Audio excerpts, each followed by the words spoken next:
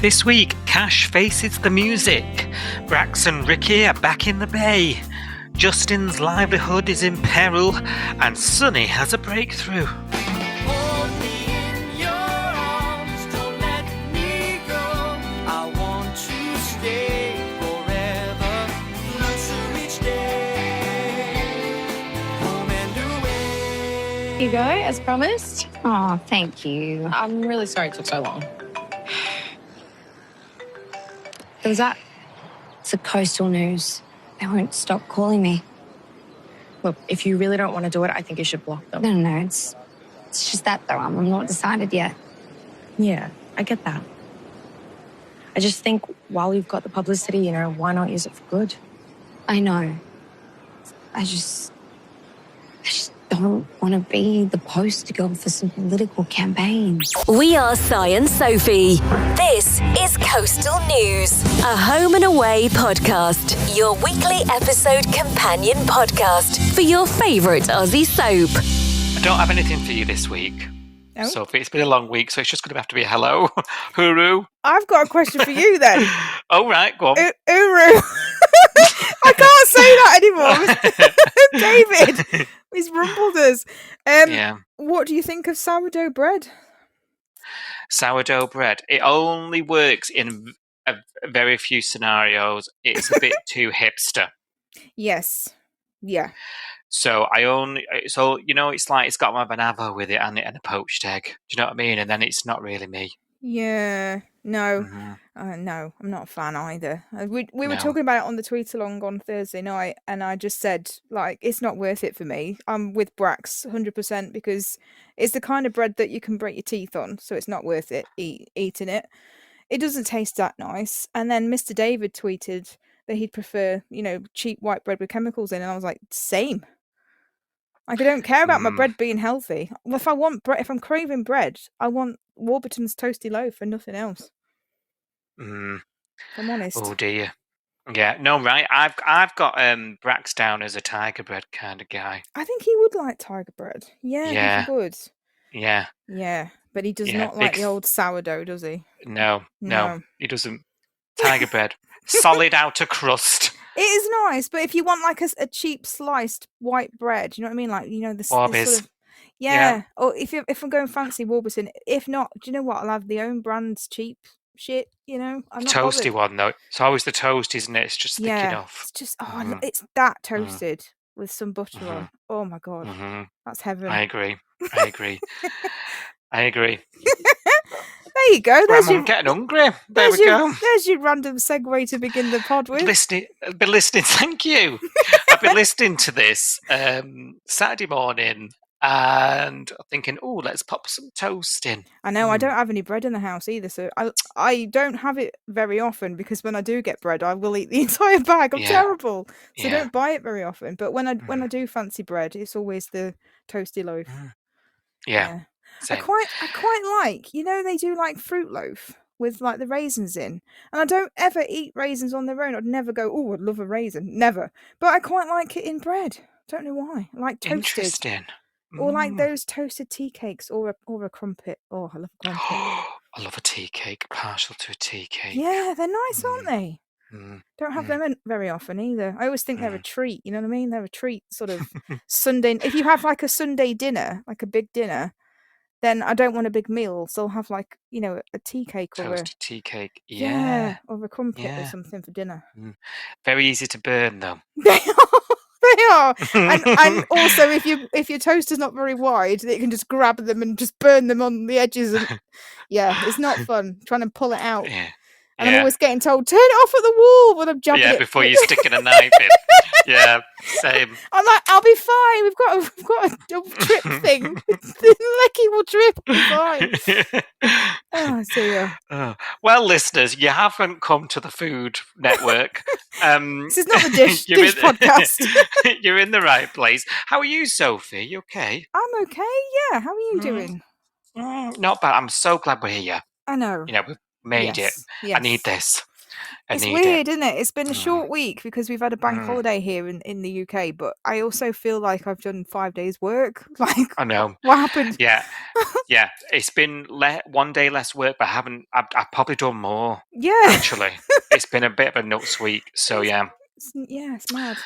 Yeah, I'm ready for a sleep. Same. Although last night we were texting with me and I did pass out, and I woke up this morning and I thought she's not messaged me, so I don't think she noticed. I'll just style it out. What? What was that? Last night we were talking about Yeah. Traders India. Oh, yeah. Well, I fell asleep on you. I didn't notice. There we go. My mission was accomplished. I didn't know. I think I switched channels by then. But it was dead. It was only like 11 o'clock. It was And early. then I woke up this morning at like 7:30. I thought I've had the best sleep all week. Oh, you needed it. You There we needed go. it. There you go. There we go. Well, So, I had a dream last night that we were having some random guest come and stay in our spare room, and I was like, "Oh my god, it's such a mess!" And I was like, dreaming about cleaning the bed sheets and like putting towels out, and I was like, "This is bloody Home and Away that's got in my head because I'm the whole Joe thing." oh yeah, Airbnb And, like, Joe. Yeah, and the whole Mhm. Brax turning up and like having to. I think it seeped into my brain. So this morning I woke up and I was like, "When did they come in? Who is it? No, nobody. Thank God." It was a dream. Oh, I hate Yeah, that. well, don't put towels on the bed. The old teleinspector will have something to say about that. Really? Why can't you do that? That's the cardinal sin. Why? When she goes into a hotel and she sees towels on the bed, she goes, "Do you have a shower here?" "No." "Put them on the rack in the bathroom." It's just like, she hates it. But Yeah. if you have a guest round, right, you don't want the guest towels in your bathroom, do you? You put them in No, their not at room. home, I suppose. Yeah, Yeah. this is a hotel situation, but yeah. My house is. It ain't no hotel, I can tell you that. That's why I was having it. It was actually a nightmare. Panic about someone having to come round.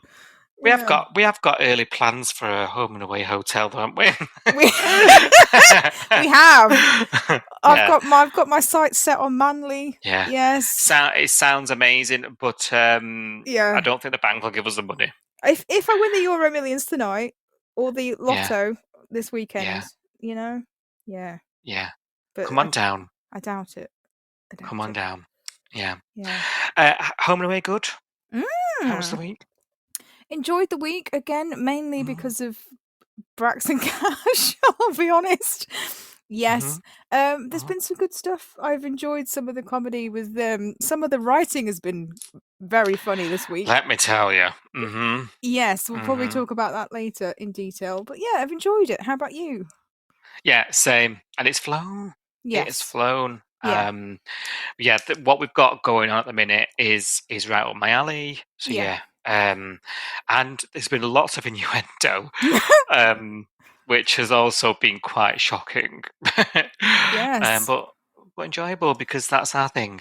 As you can tell, if you're a first looker, which most of you seem to be now, converts. Oh dear. Yeah. Thought you said something else then. Oh, did you? What did yeah. what did I say? If you're a first looker. First looker. Oh yeah. No. Not Mm. anything that rhymes with that. No. Trying to remain on the Apple Podcast platform. Clinging on. Oh god. For dear life. Oh, So, dear. should we do it then? Should we talk about this week's Home and Away? Go on then. Actually, I always do this, but before we do, Oh god. there's What been have you some done? really good news about the show out this week. Oh, yeah. Like, ratings are at the highest ever in Australia. Won the night every night last week.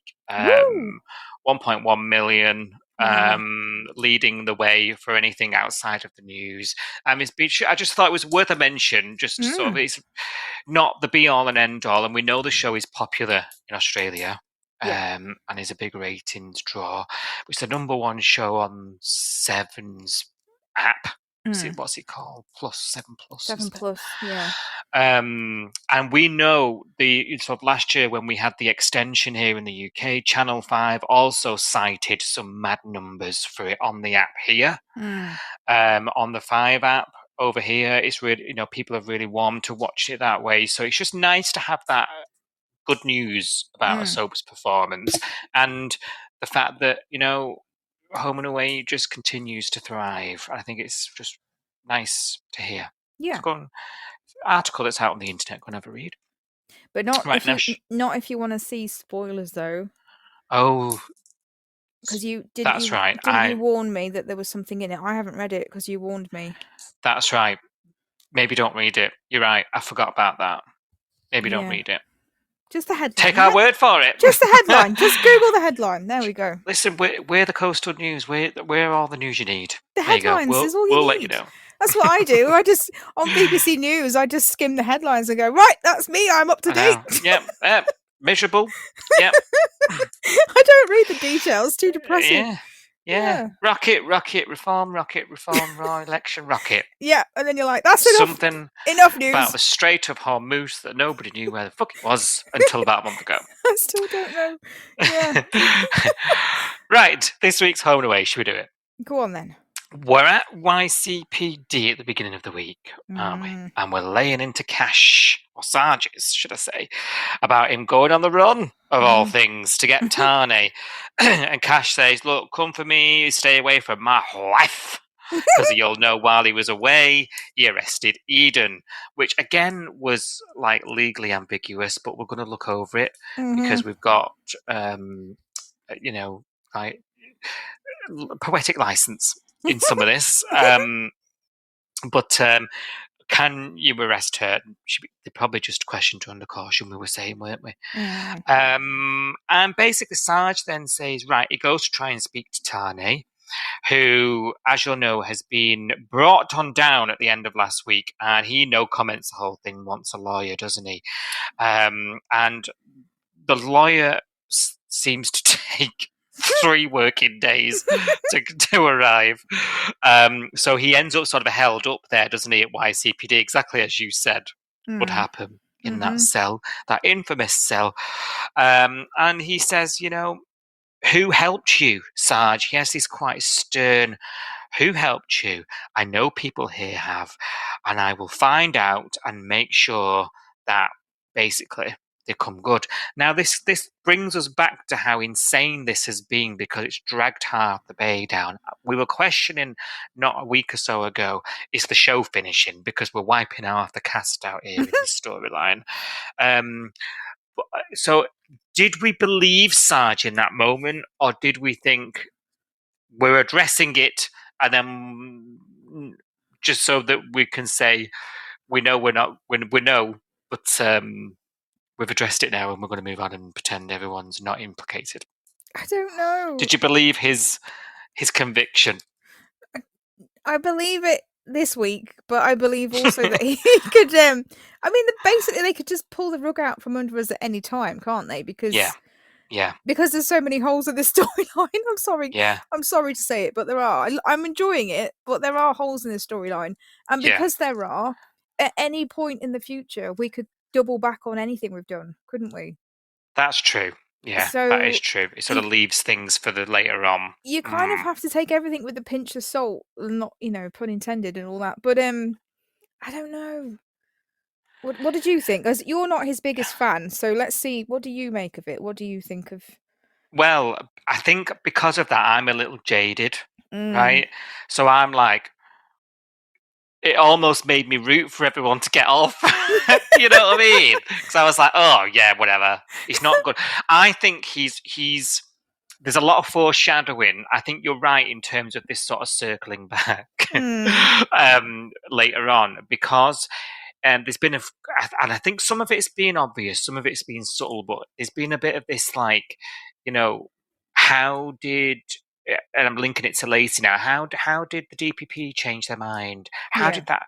There's been a little bit of that, and I feel like them two are gonna be ended up linked, and a reason why Sarge is going to have to behave a certain way when we get there. And I think that is how he's going to have to turn his cheek to some of it. If that makes sense. Because they're going to have that on him. Yes. Yeah, or at least Cash is. And Cash, I think now, could come to the forefront as the sort of voice of the community against Sarge, sorry. This is how we do it. Because Sarge does sort of hurl. He's fuming, isn't he, at this point of the week? And he hurls Cash up to HQ or wherever that is, Mm. to see. Comes back on light duties and he's got his job. That's a bit like, well, desk duty. We did say that, didn't we? That yeah. I don't know whether it was on the pod or off the pod, but you and I were discussing it, and we were like, we've been here before with Cash. He's broken the rules before.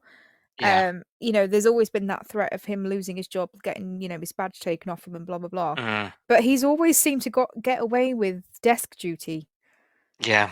Hasn't he? Yeah. And he's done it again. Like they just take all they do is take a strip off his shoulder, like demote him to like just constable, not senior constable, and then make him answer the phone for a couple of weeks. And then as soon as something kicks off and they need somebody involved, they're like, right, you've got your full duties back and we need you to do this. It's mad, isn't it? It is crazy. I think though the difference this time is he'd accepted it before it happened. And I think that differs from particularly last time. He was really sort of down on his outer when he was out of work. We know when he was suspended and investigation. Yeah, well, he was really kicked out at one point, wasn't he? Because that's when he went security guard in the mall for one shift, and he did the Stevie thing, didn't he? The bodyguarding thing, which I loved. Personally. Teddy Cam. Oh, I loved that whole thing. Yeah, I mean, I don't know whether we said it on the pod or not, but I didn't think there was any chance of him losing his job over this, to be honest. I thought we would conveniently find a way for him to get out of it. Yeah, I agree. Yeah. But what's interesting to me is watching how Cash sort of brushes this. He just sort of rides this wave now. And when I compare it to where he was earlier on in his career, let's say, it's interesting, isn't it? How the longer he gets in, more strifes he gets into, more easily and more comfortable he seems to navigate the fallout. Exactly. And it's interesting. And actually, it was refreshing for me to see Cash stand up to Sarge this week. I actually really enjoyed these scenes. The problem with this whole thing was that it was peppered with Joe at the reception desk going, arrest me.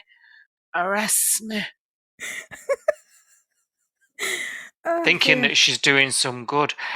There's no way Sarge can turn around and say, I'm going to find everybody involved, when his daughter just went all the way across the other side of the country to harbour a fugitive. She was going to run away with him. There's no way he's going to be able to do anything to Mac. No, exactly. Et al. Yeah, it's true. Yeah. And Joe, I don't know what she was thinking, because Joe will not be able to handle the pressure of a police interview, even one conducted by her own father, because she just volunteered information to him without him even asking. Oh, we should have just stayed in WA. I could have smacked her. Same. I think I might have thrown my arms in the air. I thought, because he was saying to Newman, where did you go? Where have you been? Where did you go? And he was like, I can't tell you. And then Joe's just like, oh, this is such a pain. We should have just stayed in WA. And I was like, are you kidding me? Are you kidding me? Oh, she didn't even realise that she'd done it either. She just walked off. It's like, you stupid cow. Yeah. Well, then it looked us, this will send Sarge off to WA while Brax is right under his bleeding nose. Well, that'd be hilarious. I've just been thinking about what you said. About you saying like Cash is taking it in his stride now. And I've just been thinking he has been here before, so it could be that. But also the thing that everyone else is forgetting, he's got $1 million in his bank account that Remy hasn't asked for it back yet. So he's probably not caring whether he's got a job or not, because that's true. He's got backup doll. Yeah. If you financially don't need to work, what's he messing about for? Sack me. What's the point? Yeah. What's he got to lose? Absolutely. I'm a millionaire with a uniform. What's that about? Well, Cash is ultimately taken into remand, isn't he? And no, not Cash. Not Cash. Tane. I'm getting. Oh God! Don't take Cash away. Did you notice? This might be me being really weird. Everybody involved in this case this week, the YCPD prison uniform is that like they had. Tane was wearing it behind the bars. That kind of dark green get-up that they wear. Did you notice when we were in WA at the beginning of the week, Brax was wearing a dark green shirt. When Cash was talking to Tane through the bars, Tane was wearing the prison green, and Cash was wearing a green shirt. And then later on in the week, Sarge was in Salt having a drink with Lacey, and he was wearing a green shirt. Now there was prison green all the way through this whole week. It was weird. So what are you saying? What does this mean? I don't know, but it's just interesting that Tane, Cash... Is he going to prison? Are we being given clues? Well, Tane, Cash, Brax and David were all wearing prison colours this week. I just thought Are they all going? I just thought it was interesting. Because I've never seen so much green in 1 week. Imagine them all, on the wing. I'd watch it. I'd love it. Are we getting a spin-off? Is anything? I would love that. Let's do a late night one-off like we used to. Yeah. You like the whole blood and sand stuff from back in the day, an eye for an eye. Hey, let's do that. Yeah. Yes. Let's do that. I just thought it was home and away, G-wing. I didn't know whether it was meant to be symbolic of anything. So I was like, why are they all wearing this prison green colour this week? Are they all just wearing the same shirt and they've just passed it round? I don't know. Yeah, I'm sure. Do you know what? Let's. Where's my book? We could just be running with something madness because we're at the end of the day. We are us, but well spotted. Right. It was just weird because it was the start of the week. Brax was wearing the shirt, then Cash was wearing the shirt, then David was wearing the shirt, and then Tane was wearing the t-shirt in the same colour. And I was like, this has got to be more than a coincidence. And it is that green shade of green, isn't it? Yeah, it's that dark sort of. I don't know what it's called, like mallard kind of green, isn't it? Yeah. Now, news gets around quickly that Tane isn't coming home, doesn't it? Not to Harper, though. And, well, where has Harper been this week, actually, now you mention her? Yeah. Where is she? And did he came home to see his kid, and Harper and the kid have not been to visit him. Mac has. Joe has. Oh, my God, yeah. That's a massive oversight, isn't it? Where's Harper? Let me put that in the book and all. Where the hell's Harper? But I tell you, Mac is absolutely fuming when she sees Joe walk in for a coffee. She's like, what the hell are you doing? I sent you on the run forever, never to be seen again. So, well, we're back and he's going inside and this is that. She's absolutely livid, isn't she? And of course, first thing on her mind is, oh, I'm in trouble. Second thing on her mind is, oh, my unrequited love for this demigod man, I'm worried about him because let's face it, she's in love with him. There's no other way I can say it, right? Yeah. He's the one that got away, isn't he? Let's face it. And she's worrying to high heaven about this now. Levi, who she's supposed to love, and she's now expecting his child, is like, obviously we know he's very deeply unhappy about this. It's jeopardizing their entire future. They've just gone through all that crap with IVF, and now she could end up having this baby in prison, which, let's face it, me and you are imploring to happen. He basically stops her from charging down to the cop shop, doesn't he? Right, to get more involved. He's like, you need to let this go. If you've any chance of getting away with this, you need to stay away, keep your head down, keep away from it. And you just know, don't you, that she's going to struggle to do that. You just know it. And the next thing we know, she's back on the phone to dear old Dean. This is driving me nuts. Dean's just, ring him up, do what you want. And she's all, I need you to find out some dirt on this dealer. They call him Uncle Fred. And I was like, I'll start on Google. Uncle Fred. I did have to, you texted me. You texted me a warning about that in the morning. I thought it was just so funny. And then they kept putting it in the recap at the beginning of the episode. And every time she said it, I was like, oh, laughing. Yeah. I just wasn't expecting it. She was like, yeah, so we need to track this man down. Yeah. They call him Uncle Fred. I was like, you can't say that without laughing because it's not a nickname. It's like, you know what I mean? It's not like his gang name. It's... If I had to film that line with like a room full of like cameras and people, I'd just be creased. Absolutely creased. They call him Uncle Fred. But you did when you were a kid, like everybody that was friends with your parents, you called Yeah. them Uncle or Auntie, didn't you? It Yeah. wasn't like their Yeah. street name. You Yes. know what I mean? I can just imagine Your aunt. someone Googling my Auntie Maureen, you know what I mean? Like, Yeah, it's just your not auntie that's not your auntie. They call her Auntie Maureen. No. Oh, so yeah, it's too funny. I was crying. Do you think Dean will find her, Kerry and Fred? I think something's got to happen, hasn't it? Because as I've been saying to you for ages, I just don't see them getting rid of Tane long term. He's in remand right now. The court date's been pushed back. Arguably, we've got time to, which is what we should have done in the first place. Anyway, we should have just gone to court, pleaded innocent, not guilty, whatever, and then go to trial, go in remand. Yeah, and then if we lose the trial, then we go into prison. But it's not the end of it because we're not pled guilty.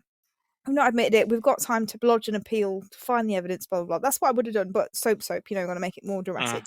So right now, we've been told the court case has been moved back. You're in remand until whenever, unknown date.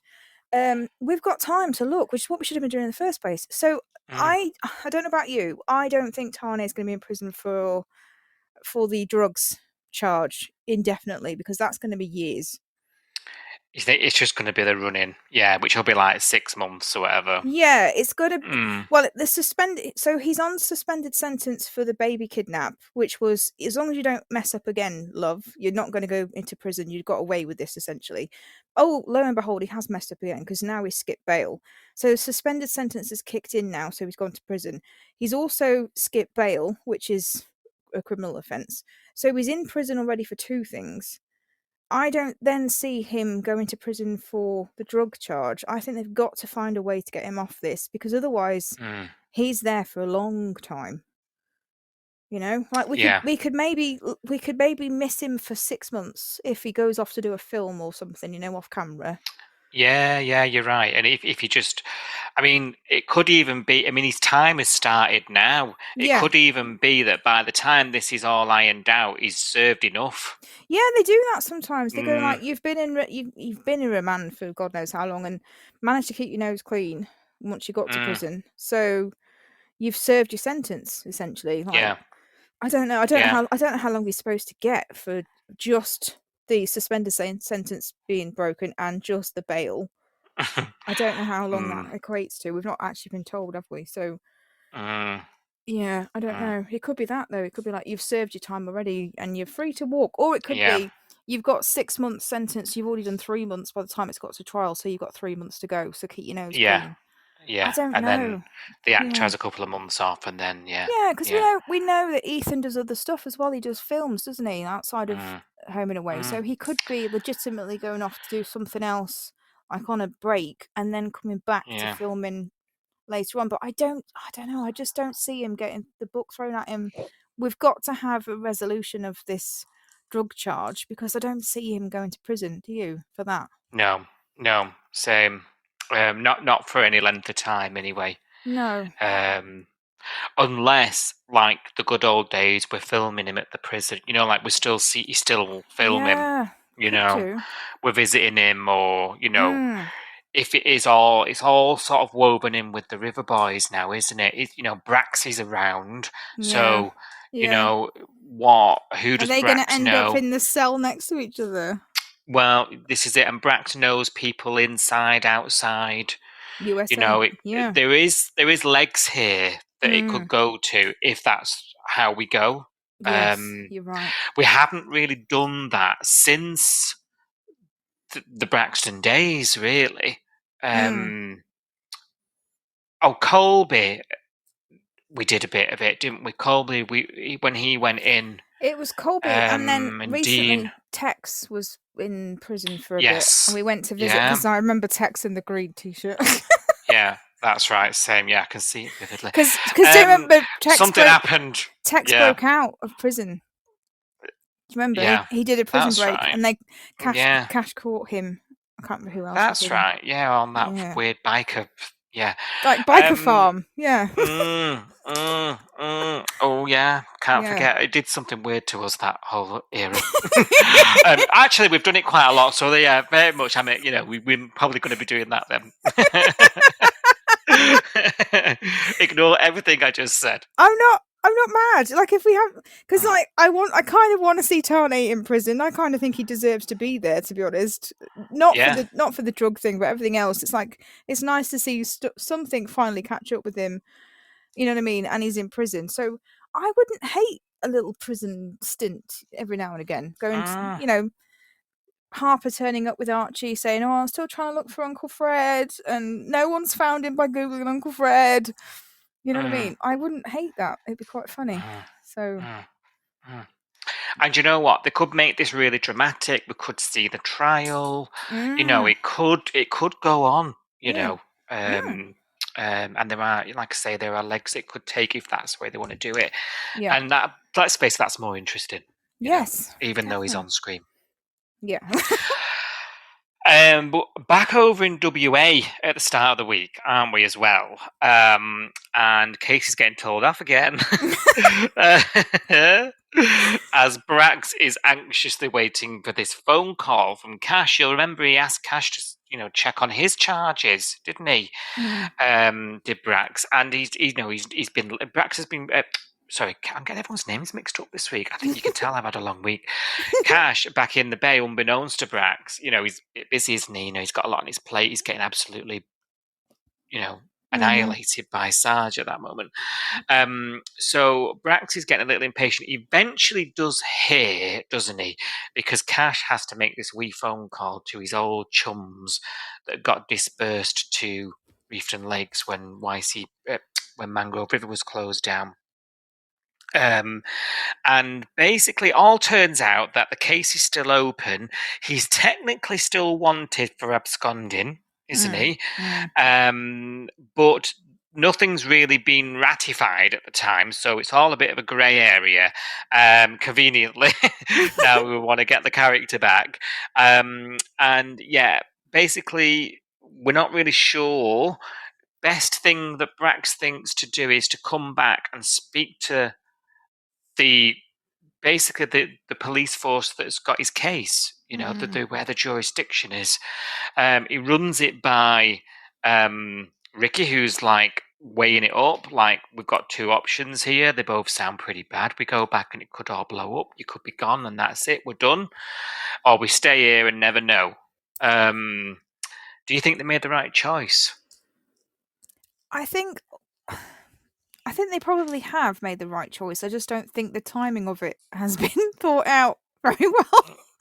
Which I guess has been done on purpose for dramatic effects, and it's just frustrating for the fans at home, because you're sitting here going, "This was premature, surely." Like, you could have had another couple of phone calls with Cash before you decided to just abscond to the other side of the country and just turn up. You know what I mean? They didn't really they just got to the bay and then went, "Oh, now what?" They didn't, and they've been waiting so long. It didn't need to be right now, but he's obviously got itchy feet and needed to. And the storyline is going to be more interesting if there's some peril, I guess, isn't there? Yeah. Well, poor Casey's having a holiday from hell, isn't he? He's not even allowed in the pool. And they keep saying, "Go to your room," and I'm like, "It's not even his room. There's nothing in there." I bet you hear me, don't you? Every time. I do. Go play with the snake. Just go play with the snake. I feel really bad for the kid. I'm like, Tane's house, out of all the houses, is probably the most boring house because there's just nothing in it. Like, it's just full of protein powder and, muscle vests. Yeah, does it even have a telly? I don't think it does. It definitely doesn't have like any Xbox, or do you know what I mean? Like, at least Justin's house has got guitars and Xboxes and things like that. But I think, Tane's is just cooked chicken, protein powder, and muscle vests. It's so boring. Like, there's nothing to do there for a kid. And that pool is disgusting. Like, it's green. People have died in it. Like, it's just, it's not it. It's not a holiday, this. No. I mean, Poor obviously kid. they've had to tell him that, haven't they? Yeah. What did you make of the sort of arrival scenes, the shots of them arriving on the beach, and he puts his feet in the sand and he looks out? I actually thought we might have even had a montage then. I was montage braced Oh, that would for have been like good. him and the boys when they used to do their little ceremonies in the water. Yes. Because they're a surf gang, aren't they? And they used to go down there and get in together. That would have been good. I would have liked a little montage of them. That would have been mm. good. I liked it. The only thing I was kind of like ruined the moment for me was they kept saying we've got to keep hiding. We don't let anyone see us. We've got to be careful. Blah blah Oh blah. yeah, And then they're just walking around by the surf I club. know. Because you and I know where that bit of sand is, and it's right by the surf club. Like it's only like to the left, I think, of the surf club, and then down the way. I was like, anybody could see them there. Like it's not a secluded little beach, that no one ever goes to. It's the middle of Palm Beach. yeah. If you need to keep a low profile, it's the last place you're gonna go. And he hadn't even got his hat on or anything. It's like just put a baseball cap on or something. But no, just walk out blazing. Like, and I know there's not many people left in the bay now that would recognise him. It's basically Leah and John, and I can't think who else would know who he was. But even so, like that's not far from where the coffee cart is. No, that's true. John Palmer works in the surf club. Alf's around normally. He might be away this week. Marilyn will be tottering around somewhere. True. Like there's about 4 people that might know who he is, and they all kind of work near where that was. I know. I think because in the script as well, there's sort of there are throwaway lines out like, I wonder if any of the old gang are around still, and things like that. So I think we need to assume that they have made the very terrible judgment that everyone will have gone. Yes. And that they're probably not going to get noticed. And that becomes apparent when they're obviously hiding out at the house. It's very weird being in a staking out across the road from your old house.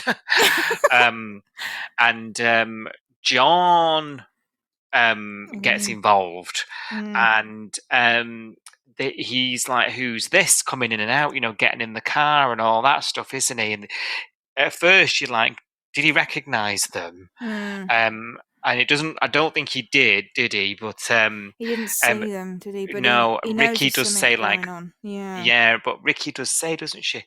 Oh, Palmer's still around, so I mean, he will definitely. He being their neighbour had absolute run-ins with him constantly, didn't he? But he lived there when they lived there, didn't he? So they know that was John Palmer's house. This is what I don't. This is where the kind of the holes in the storyline don't make sense. So at some point, Brax has had a conversation with Cash. We haven't heard this because it's all kind of being told by people on screen that this has all happened before, and we don't know about it. So Brax is like, saying lots of things like, we're expecting Cash to be here. I spoke to Cash on the phone and he said he was going to do all this. So we're supposed to have believed that he's spoken to Cash. Cash has organised this. Cash has organised the house for him to live in. The minute Cash gave him the address, like if you're giving someone an address, you'd be like, oh, it's so-and-so road. Do you know it? And he'd be like, oh, yeah, I used to live there. Oh, really? What number did you live at? Oh, I lived at number 55. Oh, I live at number 55. Oh, is John Palmer still at number 57? Yes, John Palmer's still at number 57. Like, but are we supposed to believe they had no conversation about this at all? Yeah, it's I believe weird. so. It's so weird. It's very strange, Saxon Avenue, yeah. But then is that why we've not seen the conversation? We didn't see any of that, did we? So is that why? Because we don't know what was said and what was not said. So now it's believable that, because we didn't see it, we don't know what conversation they had and what. I don't know. I mean, that's definitely a theory, and if you want to go with that, if it makes you sleep. I think maybe I'm just too nosy because, like, if you said to me, like, "Oh, I've got you a house and it's on such and such a road," and I went, "Oh, I used to live there," then I think you and I would go, "Oh yeah, which one did you used to live at?" "Oh, I lived at number so and so." "Oh, is so and so still there?" Of course you would. "Is Mrs. So and so the curtain twitcher still across the road?" "Yes, she is." You know what I mean? Like, we'd have that conversation. Yeah, of course you would. But it's Brax and Cash. Maybe they just grunted at each other. I had no idea. Maybe. Again, I'd pay to see it. Oh God, same. Pay to see it. Oh yeah. Now, because Tane's house is so boring, right, and the only thing there is ice cream, And that's only because that Joe bought it, not because Tane's got it in. little Casey's in the doghouse again, Mm. and he's staring out the window, and everyone's ignoring him, and he actually sees Remy outside having a bit of a funny old turn, doesn't he? Mm. And he's trying to get the attention, and he's being ignored, and he's being neglected. It's actually child neglect, actually. I know we've been taking the piss out of this for weeks, but, like... I feel bad for him. I do. I think, the guy's going to rebel at some point, and good on him. Yes. Join the gang. He's going to become a cop. The first river boy's son to be a copper. I bet you. Yeah. It sounds like he doesn't even really know his own family's history. No. He's got an uncle that he doesn't really know things, and they're sort of having to explain to him as they go about this place what it is, what's happening, and it's weird. And maybe they'll use him as a vehicle to sort of reminisce with us, the audience, maybe. But they need to get a move on with it. But it's a bit odd to me that he's got to that age, and he, I'm thinking, how much does he know about his name and where it comes from and how that happened? Nothing. It doesn't mean squat where he lives. It doesn't mean squat in WA, does it? River Boys doesn't mean anything. If you were named after your dead uncle, you'd think that might be explained to you, like you were named in memory of. Yeah, but you don't have to say, oh yeah, and your uncle was in a criminal gang called the River Boys. You'd leave that bit out. I'm not sure I would. Well, how old is he? Like 10? Yeah, but he's gonna what? You're telling me he's never explained his tattoos? No, I don't think so. You wouldn't, because it doesn't. His tattoos don't mean anything where they live. So Brax can take his shirt off and walk around WA, and only Cash, who happens to be there on that day, would know what they meant. Nobody's going to look at Brax and go, "Oh, he's a river boy," because Mangrove River is a tiny place on the other side of the country that no one gives a shit about from there. But do you think, like growing up, like little Casey might have said, "Oh, what does that mean, Daddy?" Probably, but you wouldn't tell him the truth. You wouldn't be like, I was in a gang. I was in a surf gang, criminal gang. You wouldn't tell a 10-year-old that, because he'd go I to... would. No, because he's meant to be on the run. Yeah, that's true. He's on the run. Yeah, I think this is what my problem is. I'm not really appreciating that they're in hiding. Am I? No, they're not telling anybody who they are. They're not. Yeah, I need to get my head around that. That gang of people that work for Brax, they're probably a bunch of wrong-uns. You know what I mean? That have probably got all dodgy IDs. They're not legitimate cowboys. That's true. Farmers. But little Casey probably thinks they are, because he has led such a sheltered life. He's lived in the middle of nowhere on that farm. I don't even know if he goes to school or whether he's homeschooled or whatever. Like, he doesn't know anything. He's lived in this tiny little world. He can't even imagine a place like Mangrove River. He's never seen one. They're not going to have told him, because the little kids, you can't trust them. They tell everybody everything. So if his dad, if Brax said to him, "Oh, I was in a gang back in the day and we all have these tats and we used to do loads of criminal activity and blah, blah, blah," the first thing Casey would do is go to school and go, "My dad's harder than your dad because my dad's in a gang and he's on the run from the cops and he got framed for murder." He would spill all of that to the nearest person that spoke to him, because kids can't hold their water in at all. That's true. You are right. They can't. I think I'm forgetting. I'm just going off my knowledge. I think I'm forgetting what kind of upbringing he's probably had. And actually, listening to you explain it to me this way is making me appreciate why Brax has decided to do this, actually. Because if I'm actually now getting more on, you've convinced me to get on board more, because, he needs to clear his name, really. They can't really go on like this, Because what kind of life is Casey going to have when he's old enough to realise? Because one day they're going to have to sit him down and say, "You had a weird childhood where you lived on a farm and didn't talk to anybody apart from 12 random guys that you only know by nicknames."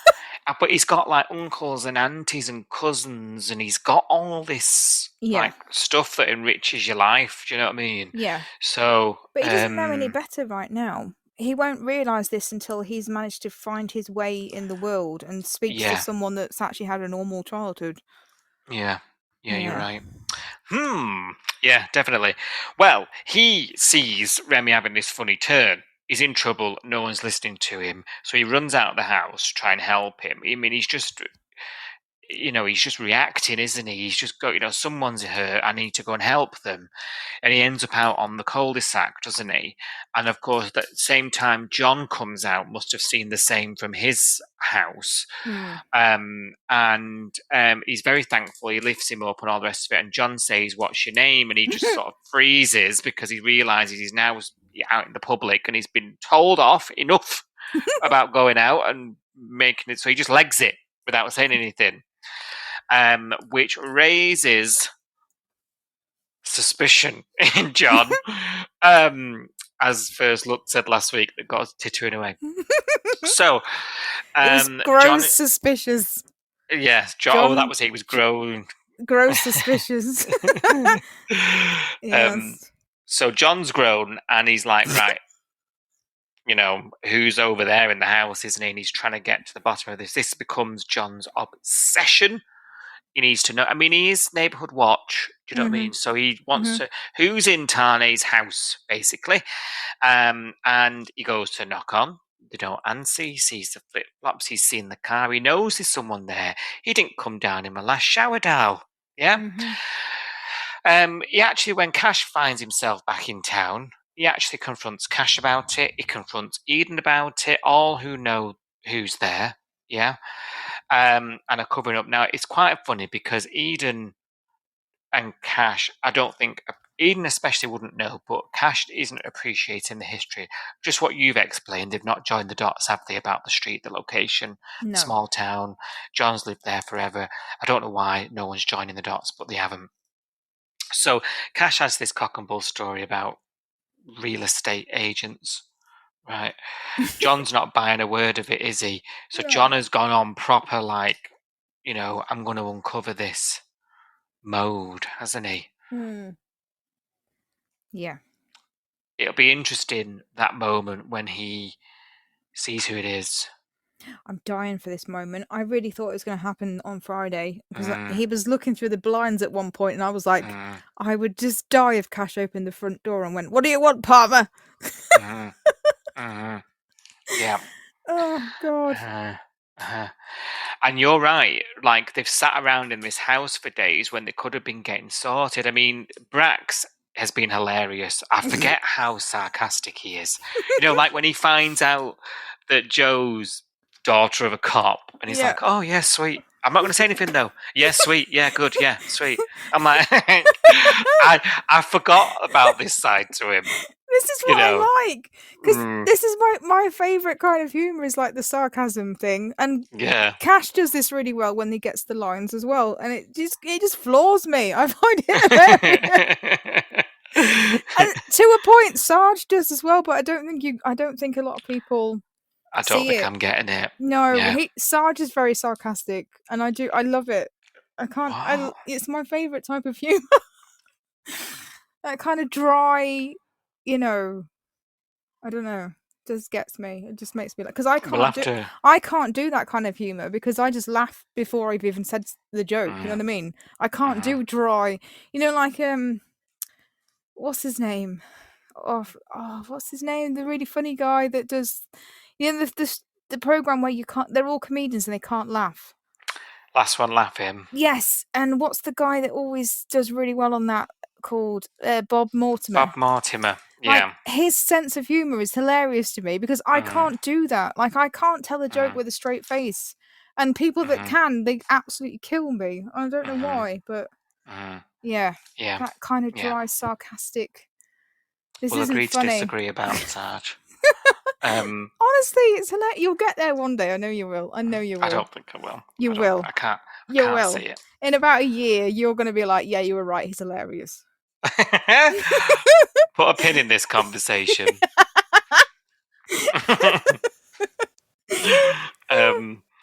So, Brax and his funny sarcasm is so because he's flapping a bit, isn't he? Oh yeah, you would like be. more and more people are sort of popping around, and Cash isn't there. He's come all this way, and he's like, "What am I doing? What you're sort of in limbo, aren't you?" Yeah. So it sounds like Ricky's told him to ring the old lawyer we used to use. Make it happen yourself. And I'm thinking, yeah, why are you sitting here like a duck? I'd have done that from WA though. He had a bloody phone. I know. I don't want to hate on this storyline because I love the fact that Brax is there, and I love the fact that we're getting Brax and Cash storylines. I'm loving it, but there are so many little holes that I can pick at, and it was just that, like the Tane thing, the plan was not thought out. Like Tane running off WA was not thought out. And he got there and went, oh shit, this was a mistake. And Brax has done the same thing. He's run off to Summer Bay and then got there and gone, oh shit, this was a mistake. Because he's not thought it through. They've made the same mistake, just the opposite way round. Yeah. Quite funny though. It is funny. Quite funny in the end. Oh dear. So we'll find out next week, hopefully, if he manages to meet Cash and sort anything out, really. But they've been spooked by the Johns sighting and sort of gone out for the day. So we'll see what happens. But at the moment, the hiding out at Tane's Gap is not going very well. It looks like in the trailer as well, John tries to report intruders something officially. Squatters. Can't blame him for not buying Cash's lies because they were awful. They were awful. You just say, yes, John, it's none of your business. There are people there and it's none of your business. It's not your house. Yeah. It's none of your business. Yeah. Rack off. Oh, speaking of sort of John and awful, what do you make about this? I mean, there's not too much on this, but what do you make about this whole changing the locks on the garage? Bit weird, this. Bit weird. All I can think of, and it's a bit out of the old left field, so it's not. I should probably preface this or whatever you say with this is not fact, just an opinion, just my opinion. Have we lost? Because I think the garage set is a genuine business that belongs to someone, and they just get allowed. It's a location somewhere, isn't it? I don't think it's a set. I think it's a genuine place that they're allowed to film in, like the outside of Summer Bay House is someone's house. I think this is a genuine garage that someone owns. Have we lost the ability to film there? Has that garage been closed down? Has the business been sold to someone else? Yeah. Is it not a garage anymore? Therefore, we've got nowhere to film anymore. So we've got to put in the storyline that, because let's face it, we've not seen the garage for ages. Yeah. And it would make sense for it to be there to be a reason for that, is that the garage does not exist in its current state anymore because we can't film there. I don't know. I'm just, like I say, not fact, just me going. Yeah, it's just a theory. Yeah. I was actually thinking the same thing. I felt like this just was so random that it felt like it was a means to an end rather than a genuine story, a storyline that was going to unravel and have something to it. It felt like a how do we solve a problem? Yes. I know, let's do this. That's what it came across as. We obviously could be talking out of our posteriors. Yeah, probably. But it's just so odd and it's so sudden, and it's like, how do we solve a problem? We'll do this. Yeah. And then it's been explained backwards. So then John has gone, oh, it happened while I was overseas. So that's why that's why we've not been to the garage in a while, that kind of thing. And then you're like, right. But then between then and now, you've come home, you've undergone some home renovations that would have cost money.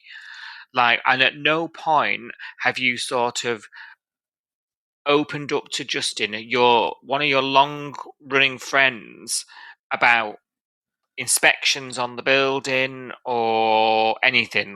It's never even been mentioned. So the fact that it's sort of happened and then was sort of backtracked to try and fit it into everything tells me it's a circumstance issue that's happened later on down the line. I think Yeah. you're right. There's got to be a storyline coming up where we've got to go to a garage and it can't be the same place. And now we're having to explain it now. Yeah. Because you're right, and we know that the filming of the show is not in sequence. So these scenes where he's living with Leah and Justin and he's going through his home reno, they could have been weeks before they filmed the scenes where he was explaining about the building being condemned and the garage no longer being there. So at the time when they wrote that bit about, you know, him moving in with Leah and Justin, maybe we didn't know about this. Yeah. Or whatever. Yeah. I don't know. I'm just guessing. And after the fact, they've then gone, no, you can't use it anymore. And you're like, oh well, we've got it in the story. Yeah, you so know? we need like a quick scene where John explains, the building's been condemned and I've been overwhelmed and I've just ignored it. And in the meantime, they've just gone and shut the garage or whatever, you know. I bet it happens more than we notice. Probably. This kind of thing. Yes. I really do. Yeah, I bet. But yeah, it's unique, this soap, in that it doesn't have a purpose-built outdoor set on a lot. Do you know what I mean? Like it's you know, obviously it's filmed in studio interior, but exterior is all entirely on location. So you're then at the you're at the mercy of those locations, aren't you, at the end of the day? Yeah, of course. There's real people living in the houses and there's real businesses, you know, like the garage. I think the garage is a real business set. Yeah. I don't think it's a film set. Yeah. So, and it feels like something's happened to that access, doesn't it? But yeah, I mean, I suppose it's a good thing that it doesn't have a lot on a back lot somewhere, because part of the selling point of the show is the location. You talk about all the time that the location is a character in itself. And that's a unique selling point. But you know, I suppose with that comes this kind of downfall, really. So he's been awful to him. It'd be interesting to see, because either the garage is going to look completely different because it's had a renovation in real life and we've had to explain it. Like maybe the owner of the garage has completely done it over, you know what I mean? And then they've had to go, we've had to do some changes. I don't know. Or now, like Justin might have to go and look for another garage. Exactly. He's going to have to find new premises, which means we've got a new place to film. I think there's something we're going to see. The garage is going to come back, but it's going to look different. And they're warning us, I think, is what's going to happen. Yeah, I think you're right. Another favourite story of yours this week, I think, might have grabbed your attention, especially Soph. Marley sneaking out the house early, isn't he, this week, and avoiding Ab. She catches up to him, and basically they're both in agreement that they're fed up of arguing all the time. Something we said around. Hallelujah. Yes, finally you've noticed. And Ab says some quite, I applaud her for some of the things she said to him. You know, I'm allowed an opinion. You know, and it has felt lately that whatever she attempts to do, or whenever she tries to explain herself, he just won't listen to her. And I don't think he's allowed her that. He has been Marley's way or the highway, which is how she puts it. And that's ultimately.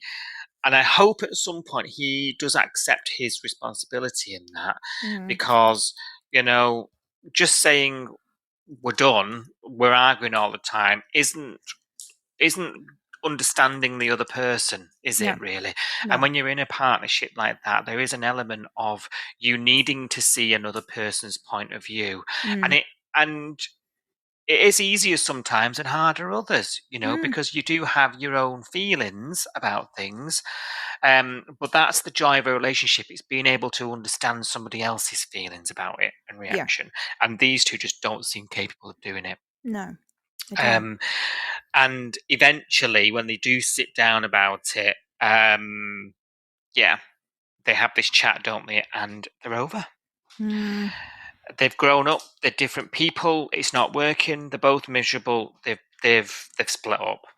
And I think I heard you celebrating from here. Yeah, it was a combination of woohoo and oh well, how sad. Never mind. Well, why be sad? They don't seem to be. In work the Well, next day. Abs did look a bit crushed, bless her. I think in the long run she'll realise that this was the best thing for her, I'll be honest. Yeah.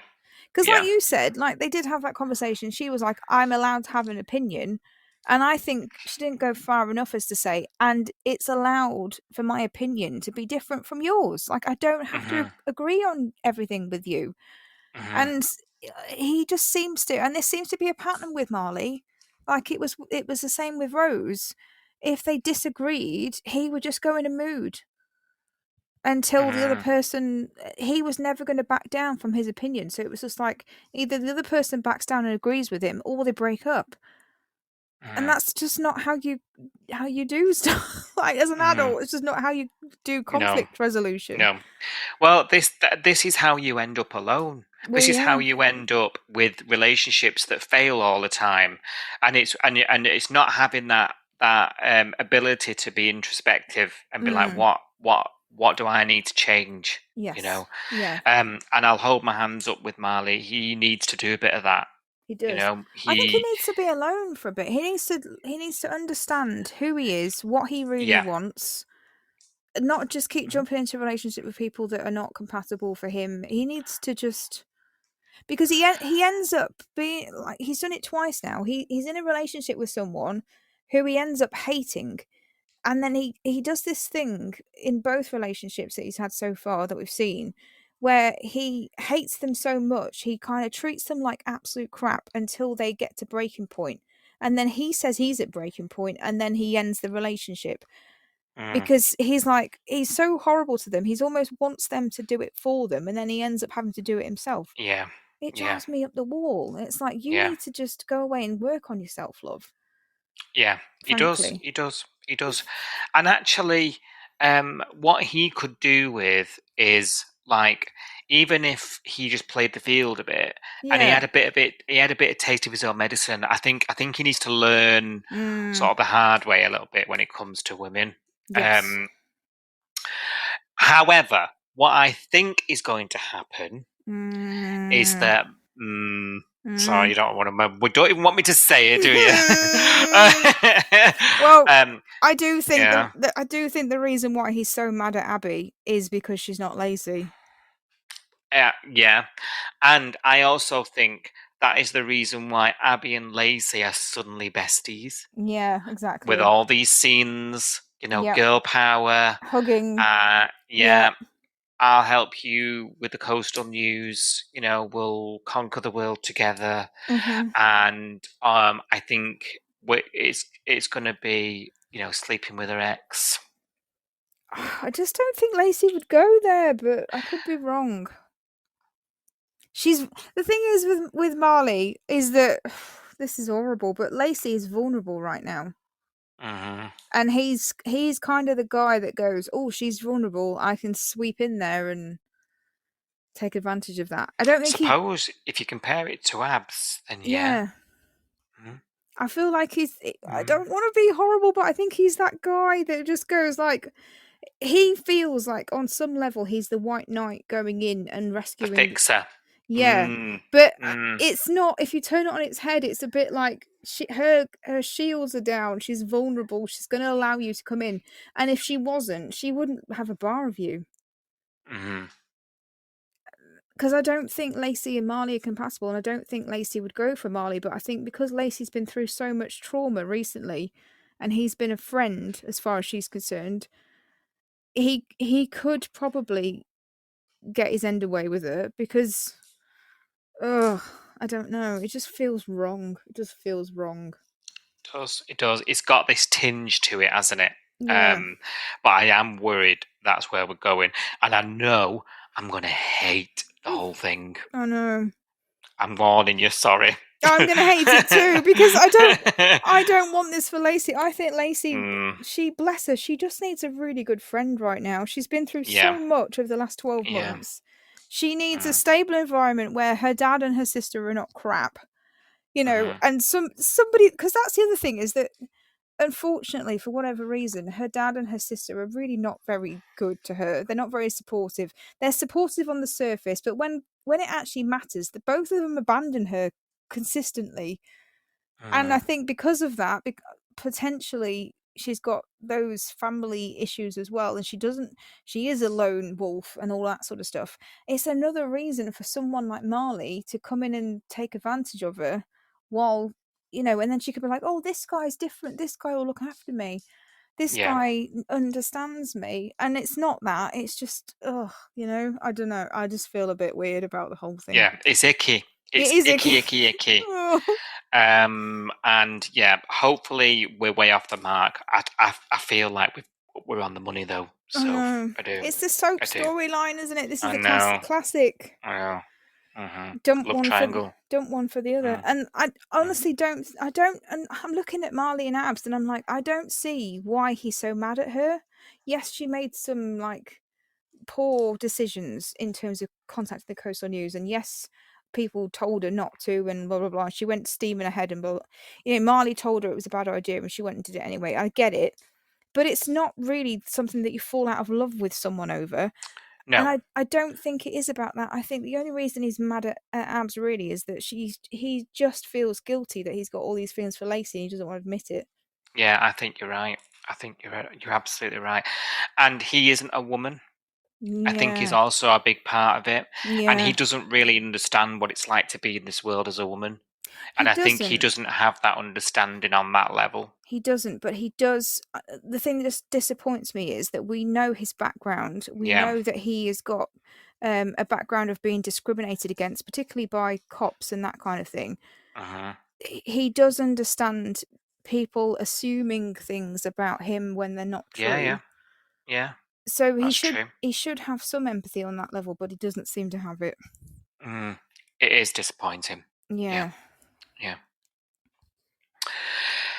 We've just got time to visit Sonny, I think, before the end of the episode. Oh, and is it okay to talk about Sonny when I've had a glass of wine? I don't know. This week, Sonny, he's got muscle movement.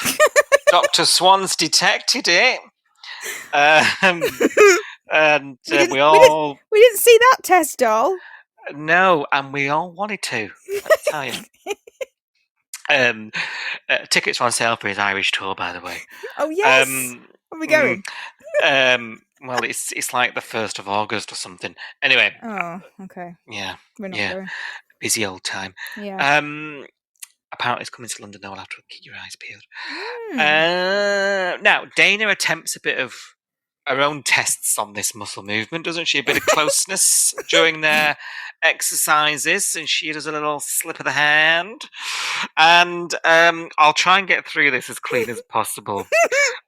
All gets a bit weird, doesn't it? Because he stops it. He pours cold water on the whole thing, and Dana leaves. And basically, when she's back the next day, all ready to get to the physio again, he's like pushing her away again, isn't he? And she's like, "You can't keep doing this to me,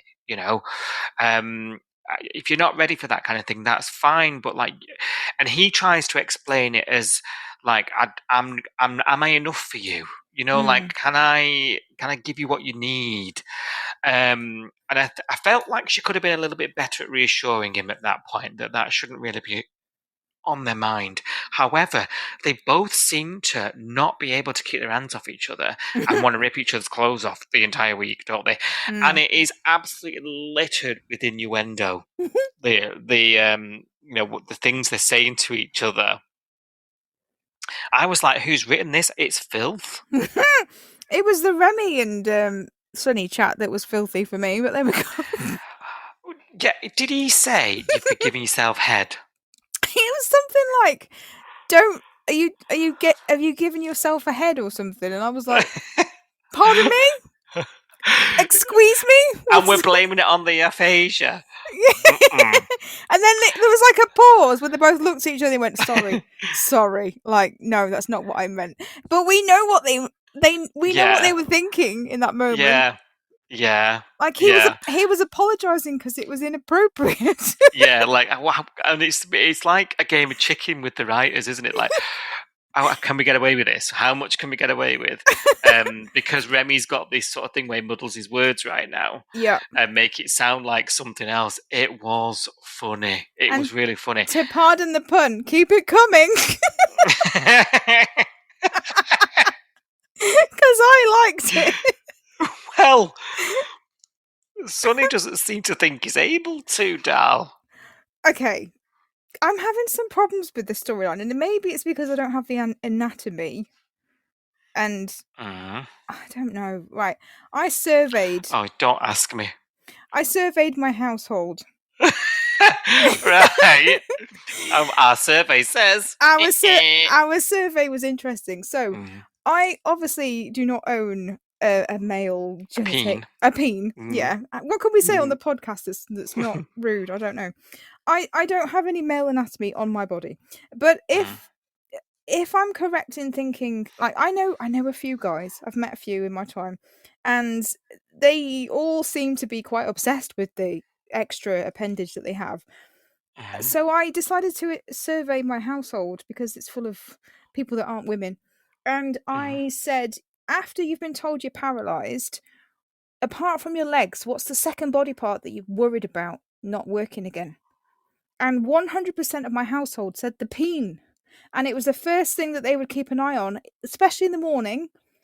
And, to see if there's any feeling or any activities or, you know what I mean? Yeah. Yeah. Yeah. So yeah. He's been paralysed for a good while now. The train crash was a good while ago. He should have some idea of how the... He should have attempted a Tommy Tank by now to see if it works. That's where I'm going. Yeah. Yes. Yes. And yeah. Everybody that I surveyed, all one of them, 100% said they would have done that on like day one. Like, just to see what's going on. Yeah. And they would definitely know by day 40 or whatever on now whether it was a viable option or not. But maybe that's why he's like balls are bursting. Like he and Dana are just like really want it, don't they? Yeah. Because he hasn't. Yeah. But I nearly said the real word. Is it unusual to like for this long to wait this long just to go? Do you know what? I haven't checked out if this thing still does anything. Well, and then we can go deep. But like, has he seen it in the morning? Maybe perhaps not felt it, but has he seen it? You would look, wouldn't you? I would look. Yeah, be in the way. Yeah, you would look. I think that would be the first thing you'd look at even the day after. Maybe not the day off. But at least, you know what? He was in hospital for ages, wasn't he? In that bed. And at some point during that hospital visit, you'd go, oh, the thing that's happened every day in the morning doesn't happen anymore. Or still does happen, thank God. Or whatever. I don't know. Yeah. It's all... Yeah, I don't know. There's no way, especially, of his age, there's no way he hasn't tried or checked or like been concerned about it. Yeah. So I concur with your survey. Accurate. You goved it and everything. 100% of results came back. Yeah. And Dana is assumed. Is it the same? The Dana as well. Like, is she just like not either? And like, and then they clearly have physical attraction and they want to explore that again. They've just got back together and it's that hurdle of their relationship that they want to get back on top of, isn't it? They have that that's part of their life, isn't it, before all this went down. So obviously it's natural to want to get back to that. And he airs his concern, she airs hers, she says you're enough for me, and it seems to work. And then there's this moment, isn't it, sort of like on Friday's episode, and it's like it was getting hot again and he was sort of trepidation. And she does this weird thing where she sneaks in at dawn and it happens, well, we don't. When we're not shown whether it's working or not, we'll have to assume it is. I don't know. It's ambiguous. Mm-hmm. Yeah. Mm-hmm. But is that on purpose or not? I don't know. Well, I don't know, but all we could say is we ended the week on a climax for a change. Or an anticlimax, we'll find out one I'm day. not sure. I'm still confused. Yes. I don't know. I mean, if he definitely gave himself head, he would have noticed if it was erect or not. And if he can do that, I'm impressed. If he does that, why does he need Dana?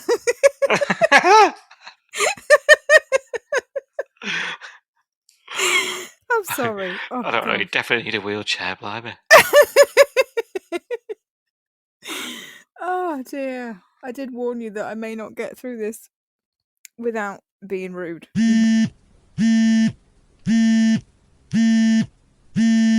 Right, Si, it's time for your say on the bay. God.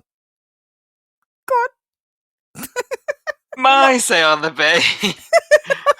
I was running out of air. I can't do it. I can't do it unless you said that bit. It's not right. Well, kind of. I will let you have your say on the bay, but I also want to hear your say on the bay on other people's say on the bay, if that makes sense. Oh, yeah, I'm with you. This is the part of the podcast where we want to hear from you guys listening right now. You've just heard what we think of everything that's happening on the show. Bless you for sticking around. It's probably been an hour and God knows what, listening to us talking. But also we want to hear from you. What do you think about what's happening on Home and Away? So some of you have been filling out our form. So if you go to coastalnewspod.com, navigate your way to the Your Say on the Bay section, there's a form there where you can put your name, you can type all your thoughts about what you think about what's happening on the show right now, and then those will come to us, and we might just read them out next week on Your Say on the Bay. But a few people have done that, which is great. Thank you very much. Before I read those out, though, just a few quick reminders. First of all, we're on social media. We are social media, as John says, by the way. We are Coastal News Podcast at Coastal News Pod on Facebook, Instagram, Threads, YouTube, Twitter, Blue Sky. I can't remember anywhere else. All the places. TikTok, that's it. Yes, I always forget that one because I'm not down with the kids. TikTok, everywhere we are there. We also tweet along live. So we watch the show at 6:30 p.m. on 5-Star between Monday and Friday. We watch that the old first look episode, as they used to say, first look page. And we talk to people on X. We use the hashtag HomeAwayUK, and we jump on Twitter, X, whatever you want to call it, between 6:30 and 7. We talk about what's happening on the show currently as we're watching it. Lots of people get involved with that chat, which is really good fun. So if you are around watching the show at that pace, and you want to talk to people that are watching it and you want to share your thoughts, always feel free to jump in. There's quite a few people that join the hashtag chat every night. It's quite good fun. So yeah, don't be shy, just get involved. But if you can't, if you're watching it, watch and stream, as Channel 5 says, if you're watching it on the app at different times, that's absolutely fine. Just go to coastalnewspod.com, fill the form in, and then we'll read your thoughts out, won't we? Easy as that, they say. Easy squeezy. We've had a few forms in this week, which is good. Nice. Lots of things to talk about. So the first one is Jacob. Where have you been? Oh, the Wanderer returns, just like Brax. I wondered whether Jacob would come back because of the Brax storyline, because a lot of people have been sort of popping up since Brax reappeared. Yeah. So I was waiting to see if Jacob might be one of the ones that popped up, and he has come back. He says, yo, yo, yo. Jacob in the house. Jacob in the house. How are yous? With a Z. I feel like Jacob is way cooler than us, and I can't really talk to him, but there we go. He says, so much has happened since we last spoke. Yes. It's been a while, Jacob. Thanks for remembering us that we exist. We love you. Keep coming back. Tane has gone to the Outback, and Cash and Joe have brought him back.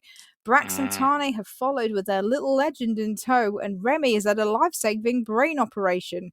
Kangaroo has returned, and Lacey has taken a life. He's really recapped the entire show for the last few weeks.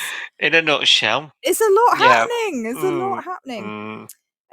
He says, so WA, the location was pretty beautiful. Yes, we agree. Yes. Yeah, absolutely. He says, I'm not sure how many people will be traveling there to take a look, though. I mean, what is there to do exactly? There are a couple of houses, cattle farms, and the surf. No wonder RoboCop or Robert Patrick from Terminator 2 found it super duper easy to track Tane down. Yeah, it's true. I think the show made it look absolutely beautiful. But I will be honest, and I wasn't that bothered about visiting until I saw that Bill Bailey thing the other week. It was another program, wasn't it? Yeah, and I was like, actually, it looks really cool, and I would quite like to go. It doesn't look like just a cattle farm and a gorge. There's actually quite a lot of other things there. But it does look beautiful. It just didn't look like, from the show's point of view, it didn't look like somewhere I could spend a week at. Yeah, all inclusive. I'm like a city girl, you know what I mean? I like exploring the city and you know, all the stuff that the stuff we did in Sydney was amazing. You know what I mean? Whereas WA looked a bit more country than I would normally go with, from the show's point of view. Let's put it that way. But since then, I've found that there are more things to do there than what we got shown, and actually, I would quite like to go. So you don't know till you've been, I guess. Is it just me, or does anyone else think Brax and Ricky could be Ziggy and Justin in another universe? Ziggy and Justin? Does he mean Dean? I don't know. They look alike, he says. Oh, like maybe it's like Justin's like this sort of older, because Brax he's looking a bit older now, isn't he? As you would. Yeah. And maybe I don't get it. I'm really trying to help you out here, Jacob, but I'm struggling. I don't personally see it. Ziggy. I mean, yeah, Ricky and Ziggy have got the same blonde hair. Apart from that, I think the personalities are very, very different. But you do say they look alike, so that's what you're talking about, looks. I don't think Justin and Brax look very similar. If you meant Justin. You'll have to write in and elaborate, Jacob, because we're struggling to imagine that one. Justin's quite a polished looking man, if you know what I mean. He looks quite groomed, and I don't know. Brax is more, for me, he's more kind of rugged and... Yeah, he's your Aussie bloke, typical... Yeah, which is more my type, if I'm being honest. So I don't see the resemblance with Justin, but... Don't know. Interesting. You're going to have to explain it. It's interesting to see other people's judgments. Yeah. Defo. The straight talking doc was pretty cool. I think he means Dr. Swan. And I'm with you. Who else? Who else could it be? And I'm with you that she needs to return. Yes. Yeah, I'd love to see her again. She'd be great. Yeah. I'm surprised no one gave Brie a call. I'm pretty sure she would have wanted to know about Remy's close to death experience.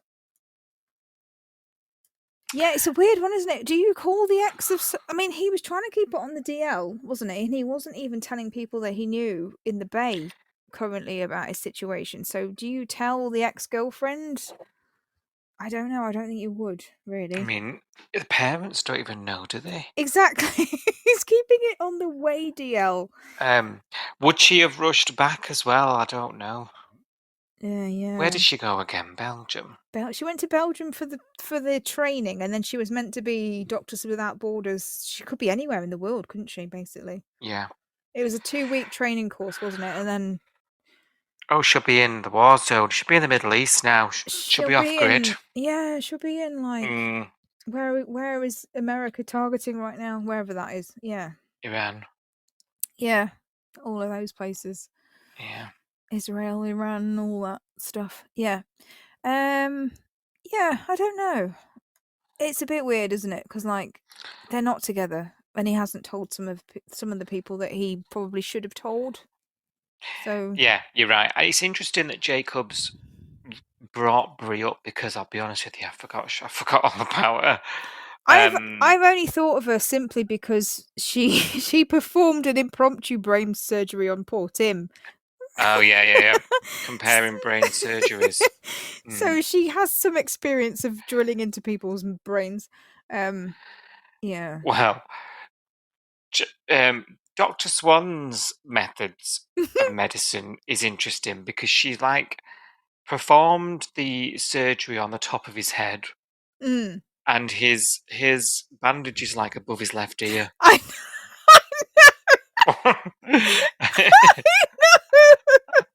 But I'm also confused by this. But then when do you remember when she showed us a diagram before the operation? She showed us a diagram, and he was about to back out, and it looked like they were going to have to put a drill in either side of his head to like hold him to the table.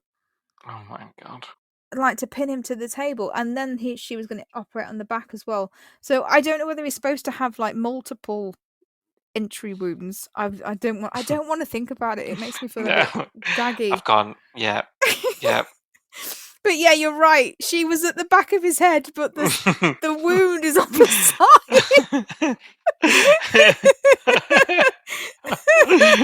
I also found that kind of funny. You're right. Yeah, I don't know.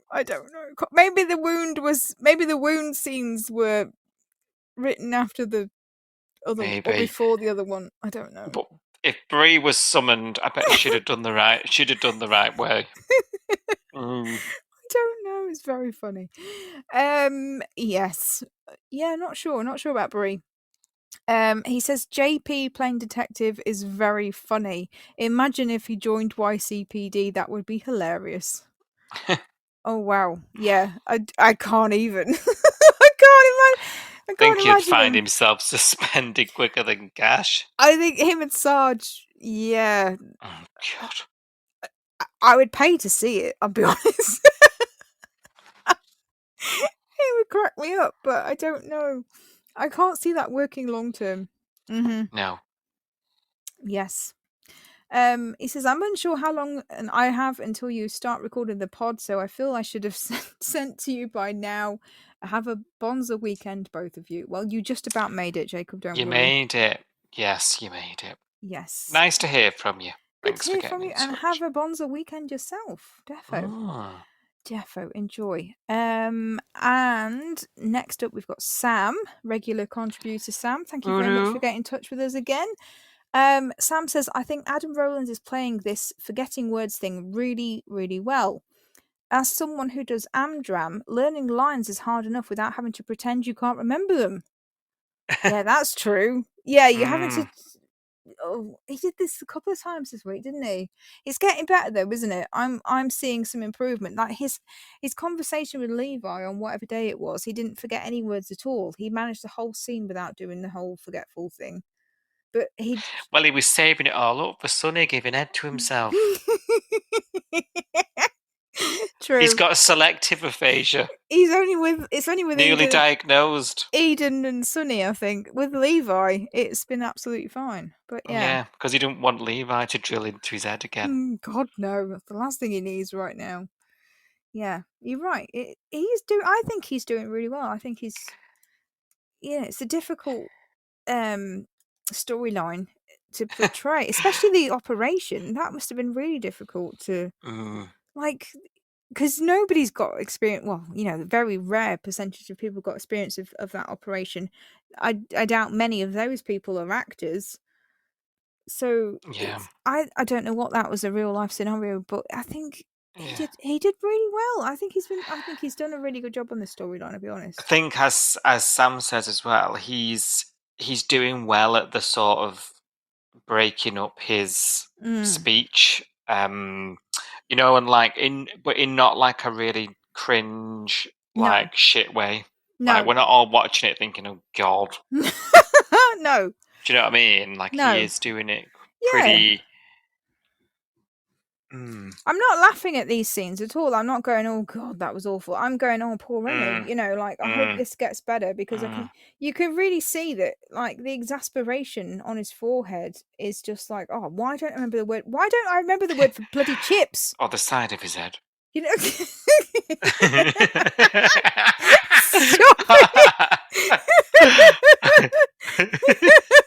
God. The location of his bandage is not Adam's fault. But yes, I agree. Yeah.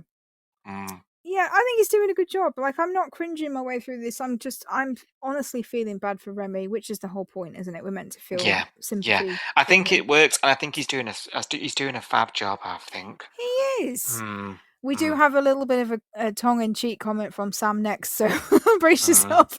He Right. says, "And showing this sort of talent when he's only in his early 30s is incredible."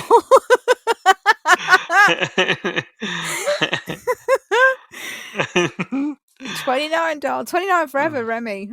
I think I've lost count of what age he's the joke now. he's 29 forever, doll. He's never going to be 30. He's 29 Was it forever. 29? Yeah. If they throw him a 30th birthday party, I'm going to fall off my chair. But he's 29 forever. Oh dear. He says, "I did laugh at the little not getting ahead joke the writers threw in." Yes. Yeah. As I've already said, Brax is a new character to me, but I'm really enjoying him. They've written him really well and almost feel like I've... Oh. I don't know whether you meant this word, Sam. They've written him really well. I almost feel like I condemned him. Oh. They've managed to make him feel very familiar. I don't know whether that's the... Condemned to me means like you've written him off. But then the context around it is like praising, so I don't know whether that's the right word or whether I'm reading this wrong. Let me just read that again. As I've already said, Brax is a new character to me, but I'm really enjoying him. They have written this really well. I almost feel like I condemned him. Oh, before he came on screen. Before we came He feels like he condemned him. As in, like Sam had condemned him from what he's heard. Yes, before we saw him for real. Now I get it. Okay. I knew it was me reading it wrong. They've managed to make him feel very familiar. The filling in of bits and bobs regarding his past has been very helpful without being obvious. I think the writers have got the balance just right for those that remember him and also for those that don't. I'd agree with that, actually. That's interesting because last week David from Australia said the opposite, didn't he? He said he thought Stephen Peacock, the actor, looked bored. Yeah, and that I mean, and that's his assessment. That's all good. But he also mentioned that if you tuned in today, you've got no reason to care, is what he said specifically, wasn't it? Oh, well remembered. Yes, he did say that. Yeah. Yeah, and Sam, who didn't tune in for that period, feels like it feels like familiar. balanced. Yeah, familiar. That's good. And I said, I in the main part, whether they might use little Casey and teaching him about history as a vehicle to sort of explain a few more bits. Because it's difficult sometimes when us, me, you, I, David from Australia, like we are all watching this having all the back knowledge. We've got it, and that's in the subconscious, and that does then affect the way you see it. It affects your gaze on certain things, doesn't it? It affects your opinion, the inference that you draw on things. Sometimes you'll take things for granted because you've got this sort of subconscious knowledge about him. Yeah. So it's fascinating to me hearing Sam say this because I'm wondering what it would be like meeting Brax now. Yeah. Not really knowing the only knowing the name, but It's like face to a name, innit? All these years later. Yeah, and there's so much to this day even talked about, before we even knew he was coming back. The River Boys is one of those storylines or one of those families or whatever you want to call them that people talk about to this day. Yeah, And Brax is a name you'll have heard. Yeah. yeah, so if you're new to the show, you will have seen or heard someone talk about the River Boys and Brax and the Braxtons and whatever, and your opinion might be based on what you've read, because that's someone else's opinion that you've read. Someone else might say, "Oh God, they were awful," and then you go, "Oh, they're awful." Or someone might say, "Oh, they were brilliant. It was the best character on the show that we've ever had." And then you go, "Oh, right. Why? I wish I'd seen it then because." Yeah. You know what I mean? Like because if you don't have any direct knowledge of your own, you kind of read someone else's opinion, and then you kind of swayed by that. And whichever opinion you see first, or whichever opinion you see most, is normally the one that you kind of not align with, but you kind of go, you remember, you go, "Oh, I read that he was awful," and you remember, "Oh, he's awful." You know what I mean? Because it's quite hard Yeah. if someone like if you start a new job and someone says, "Oh, don't go near them, they're a right battle axe." Before you even meet them, you're expecting them to be in battle axe, aren't you? Yeah, that's true. Yeah, because you do judge a bit. You You go do, off. You can only go off what you hear. of If course. you've not got first-hand experience. So That's yeah, the way that everything works, isn't it? Like if yeah, someone of course it is. like I've recently been acquainted with a sort of friend of a friend, and everyone that said, "Oh, he's a really nice guy, he's lovely, blah blah blah." Men have all said this, and my impression of him is that he's an absolute creep. And I'm like, both can be true because Yeah. he can be really nice and cool and friendly with the boys, and they all really like him, and he can also be an absolute creep to women, and Yeah. I can find him creepy, and both is Yeah. true. It's just that until I'd met him myself, my opinion of him was that he was a really cool, nice guy. You know what I mean? Because Yeah, that's what I'd because been that's what told. you. Yeah, Yeah, I think it's the absolutely. same as like reading about a soap character. You just whatever you hear the most of, you go, "Oh, well, that 10 people have said he's a creep, or 10 people have said he's a cool guy," and you go with whichever. You know what I mean? Yeah, of course you do. Yeah, you can only go off the information you have. Yeah, exactly. Absolutely. Yeah. Mm. So that's And then you interesting. seek as you find, don't you? Yeah, Find as you seek. exactly. I don't know what the saying is. And then you go, "Oh, is I was expecting a creep and I've got a cool guy," or "I was Mm. expecting a cool guy and I've got a creep." You know what I mean? And then Yeah. either way, you kind of surprised, aren't you? Sometimes in a good way, Yeah. sometimes in a bad way. Yeah, Mm. it's interesting. It's fascinating because obviously we know that they are the Marmite characters of the Bay, aren't they? Yeah. Love them or Yeah. hate them. There was a lot of people on record on, especially on Tweet Along. I stopped watching the show because of the Braxtons, or hated Daryl Braxton or whatever. And even they are. If you jump on X and Twitter and look at the hashtag Home and Away UK recently, there's a lot of people, Mr. David, hello, calling you out here, doll, saying I don't mind Brax this time around, and I couldn't stick him last time, or I heard stuff about him and I was expecting to hate him, but actually I really like him. There's a lot of those conversations going on the hashtag as well. So yeah, Mm. it's interesting. Yes, it is. It is. And if that's all you've heard, you're going to be braced.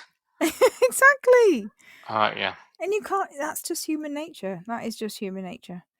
Okay, and then the last point that Sam's got to say for us is the fact that Joe said to Brax's lad that he could have Archie's room. I think he's either going to find some evidence in Archie's room or accidentally delete or destroy something in Archie's room. Are we talking about nanny cam? Nanny cam. Yeah, it's got to. Yeah, because the Archie's room is obviously where she placed She the just drugs. moved the cot. She Move the did cot. Yeah. move the cart. And I was saying earlier, there was absolutely F all to do in Brax's house, in Tane's house. You might go poking around. Yeah, if you're a kid and you're bored, you're going to go poke, especially at gadgets, like electronic gadgets. Mm. He could have a little poke at Nanny Cam, couldn't he? Well, you might want to. You might want to just make sure it's not filming him. Yeah, that's true. That's true. Because that's kind of creepy, let's face it. Yeah. Yeah. Yeah. Yes. Oh, thank you, Sam. That's given us something to think about. Yes. Defo. Emma next. Uru. Uru Emma. I know that means goodbye, but we say we say Uru. It's given us away last week. I don't know whether I know. before David outed us. I don't know whether anyone noticed that we said Uru. I'm really off my groove with that now. That joke. We're gonna keep saying it, Uru, even though we know it doesn't mean goodbye. It means hello. I mean whatever. So au revoir. So literally, Joe told Cash within minutes of being asked where she believes Tane is through her conversation with Mac. Yes. Yeah, she was like, he's in WA and I'm gonna go and find him. Yeah. Ugh. We couldn't believe it either. No. Yep. Told him immediately. Absolute. Yeah. Anyway, can't say the word I want to say on the podcast. Dr. Swan. I think she's great. Love a blunt character. Me too. I love her. I love the fact that she's really comfortable setting her boundaries. Like she doesn't want to hug people. When Levi tried to hug her and she was like not hugging him back at all, like arms down by the sides. And then when JP tried to shake her hand, she just stared at his hand like, no, I'm not doing that. I thought she was excellent. Oh, because I shake people's hands and then go, oh, I don't want to do it. I don't want to, but it's social norm. I have to. I wish I had the guts to just stare at someone's hand and be like, I'm not touching that. It's just like not giving a shit what people think. Yeah, it's exactly. Just like, and I'm not good at that. I'm not very good at that. I need to grow a pair and just be like, I'm not shaking your dirty hand that you have. Be more Swan. Be more Swan. We need to get merch. Oh, we need a meme. Yeah, be more Swan. Yeah. Love her. Cindy, you are a legend. Anyway. Emma says, love Dana being back. That's all she says on that. Yeah. Yeah. Yeah. Yep. ... And she's horny. Horny. Everyone is. Everyone's having the oysters in the bay this week. Looks like Sai is right. There we go. You'll like this. You'll like this. Eden will be getting extra lines to finish off Remy's sentences. Oh God. True. That said, the actor playing Remy, that's Adam Rowland, has done a fantastic job. Yeah. Yeah, we've just been saying that, haven't we? How Everyone's good he's been doing. Been praising him. I think he has done a good job. Yeah, I agree. I've not seen any negative comments on it at all. It's only just been good stuff, which is great. Rue is back. Oh, Emma, why did you remind me? Mind you, what's she done?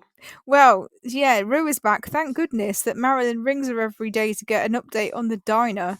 On Tuesday, I had to rewind it twice, but it looked like Justin was eating coleslaw with his bare hands. What? I need to watch this back. I need to watch this. That's hilarious.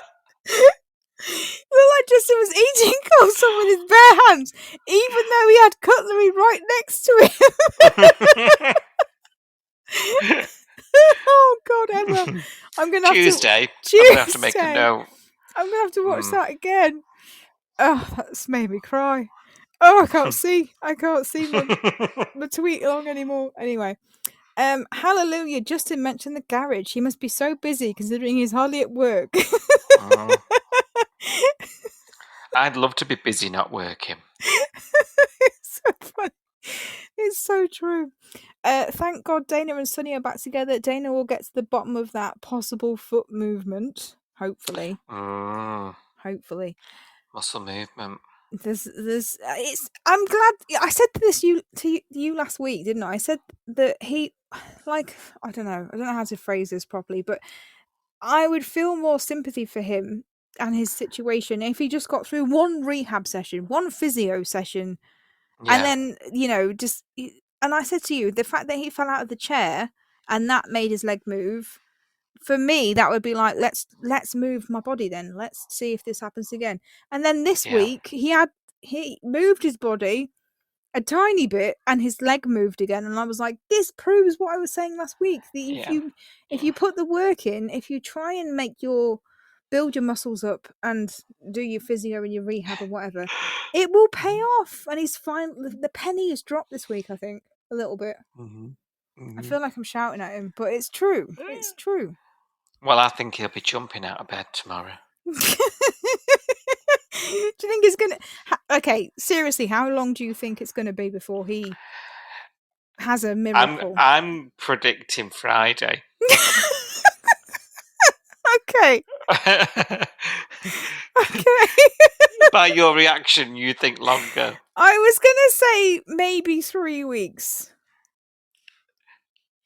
Well, Yeah. no, I'm sticking with Friday. I think he might be walking by 3 weeks' time, and I thought that was optimistic given his pickle and the fact that he's done no rehab and no physio. His foot's moving, he's giving himself head, sleeping with his girlfriend. Friday. You heard it here first, folks. Oh, it's first look. Oh, it's first look tomorrow. I can't wait. Yeah, well, yeah. I bet it's on there. Oh, let's hope. I do think it would be hilarious if Mac did end up in prison and pregnant, banged up and up the duff. Sounds like a Channel 5 documentary. Yes. It sounds like it's coming on after Home and Away. Before Home and Away. 7 o'clock. I turn over before, and it's always like rogue traders and like rogue claimants and rogue this and rogue... Banged up and up the duff. Banged up abroad. Banged up and up the duff. Yeah. Yes, we need that. That needs to be a prequel to the old Homers. Yeah, defo. I'd watch it. Yeah. I'd watch it. Joe, it's probably the least discreet person trying to go and find her boyfriend who's on the run. Another person ruining their life for Tane. That's what I said, isn't it? Join the freaking club. All these women ruining their lives for Tane. Now Cash's as well. Ugh, anyway. Casey's doing more homework. How much homework does the 10-year-old have? It's a good question, Emma. I don't know. I don't remember having this much homework when I was 10, I'll be honest. But things have changed since then. I wouldn't have done it anyway. No, I'd have gone in the, on the bus on the way to school in the morning, and someone goes, "Oh, did you do the history homework?" And I'm like, "Shit! We had history homework." Yeah, you had to make your totem pole. I'm like, no, I've not done it. Oh God, I'm terrible. I don't have a very good memory. And then Abby needs to just dump Marley. Well, Emma, you got your wish. This must have been pre-dump. You got your wish. She says he clearly makes her feel rubbish. Yeah. Yeah, he clearly does make her feel rubbish. And that chapter has ended by the looks of things. Unless they suddenly get back together. What do you think? Do you think they are toast forever, or? Yeah, I've told you. I think he's going for lazy me. I do. I think they're toast forever. I mean, he's moved out. He's gone to the caravan park. I actually think he's already moved on. Do you? I think, like, mentally, before it was over, he was already tapped out. Yeah. But I think that's a pattern with him. I think he does this. He stays in relationships too long, almost hoping the other person's going to dump him by being an arsehole. You could be right. I think he's a horrible person. I did get annoyed this week because when, and we didn't talk about it on the pod, when Mac and Levi got home and they found the message from Marley and it said something like "gone to the caravan park" or whatever, and Mac's first question was, "Who decided this?" And that really annoyed me because it was like she was going, "Oh, who decided that Marley was going to leave? Marley was going to be the one to leave the house," and blah blah blah. And like she always has to find someone to blame for everything, and it winds me up. I was like, "That's so accusatory."